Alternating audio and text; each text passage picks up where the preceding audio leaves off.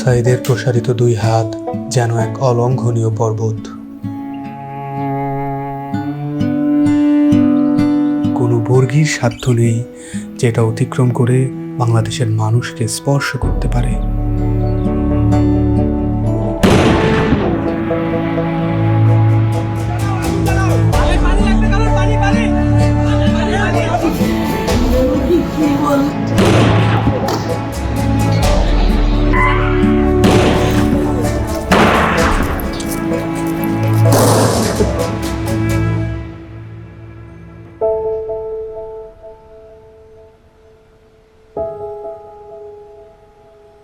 উনিশ জুলাইয়ের পর থেকে এই বাবা প্রতিদিনই রাস্তার আশেপাশে হাঁটাহাঁটি করেন।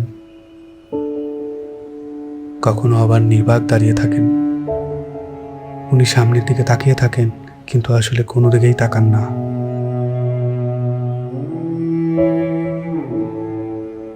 যেসব রাস্তা দিয়ে ওনার ছেলে হাঁটতো, ওইসব রাস্তায় উনি দাঁড়ালে উনি ওনার ছেলের রোম পান। আমার ছেলে মৃত্যু অবস্থায় যখন দাফন দিতে নিয়ে যাবে, এর আগে যখন দেখছি যে হাসতেছে, সে হাসতেছে, হাসি মুখ অবস্থা। ইভেন্টের কাজ করতো, শুধু বাপের কিভাবে একটু সাহায্য করে। কোনো আজে বাজে আড্ডাতে ছিল না। ওই সারাদিন শুধু কলেজ থেকে আসা ও একটুখানি বিকেলবেলা একটু বন্ধু বান্ধব নিয়ে ক্রিকেট খেলতো, ক্রিকেটের পাগল।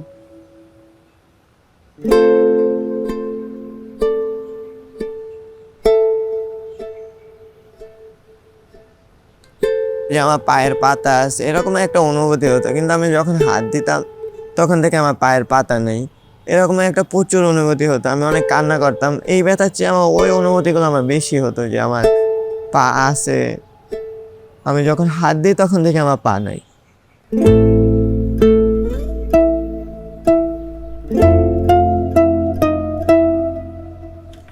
এই হসপিটালে আমি অল্প কিছুদিন হলো আসলাম। পা দিয়ে নতুনভাবে হাঁটা শিখতে আসছি, মানে ছোটকালে যেভাবে হাঁটা শিখেছে মা, ওই রকমের এখানেও হাঁটা শিখাচ্ছে আর কি।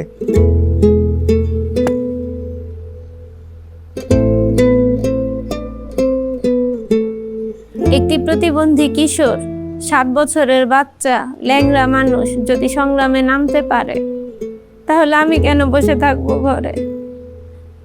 একদিন তো মরতেই হবে, তাই মৃত্যুর ভয় করে স্বার্থপরের মতো ঘরে বসে না থেকে গুলি খেয়ে বীরের মতো মৃত্যু অধিক শ্রেষ্ঠ। আমি যদি বেঁচে না ফিরি, তবে কষ্ট না পেয়ে গর্বিত হয়েও জীবনের প্রতিটি ভুলের জন্য ক্ষমা চাই। আনাস।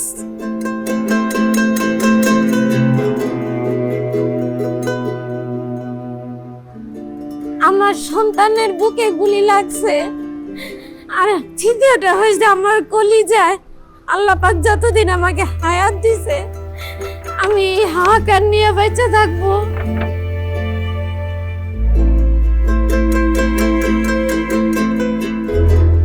প্রিয় বাবা আসলে আমাদের একটা কিছু না, কিন্তু চকলেট নিয়ে আসছো। প্রিয় বাবা নাই বাড়িতে, যখন বাইরে গেছে আর পুলিশ এসে ওকে ঘুড়ি মেরে দিছে। আই মিস ইউ প্রিয় বাবা।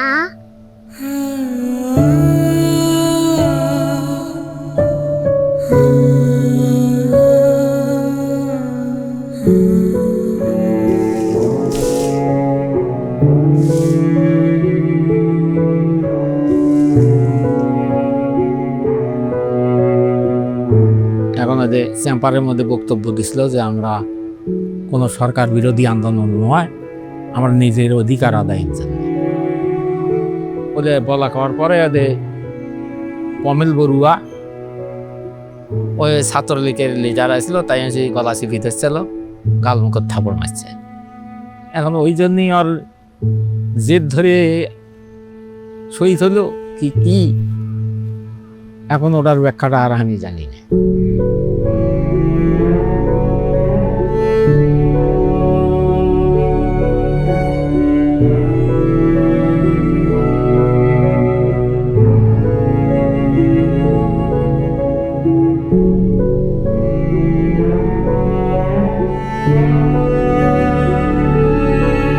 ঘুমের সময় মায়ের দুধ খাইয়া ঘুমায়, সেই ঘুমটা আর ঘুমাইতে পারে না, তখন আবার এটা পাইয়া পাইয়া দাবাই করে উলট ফ্লট করে ঘুমের লেগে আবার উঠে কোলে লই।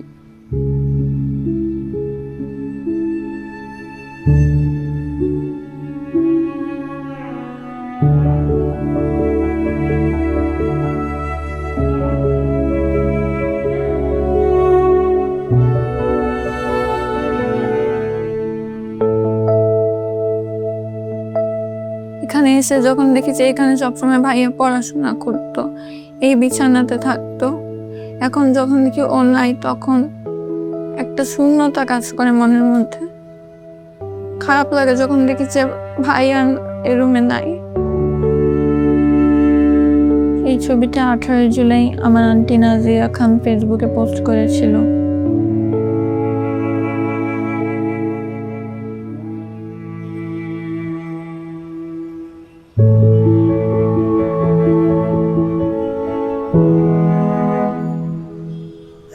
আজ কতদিন আমার ছেলে আমার মা কয়, আমার মাও কয় না, আমার বুক হয় না, কয় না আমার বাপ বেড়ে দে।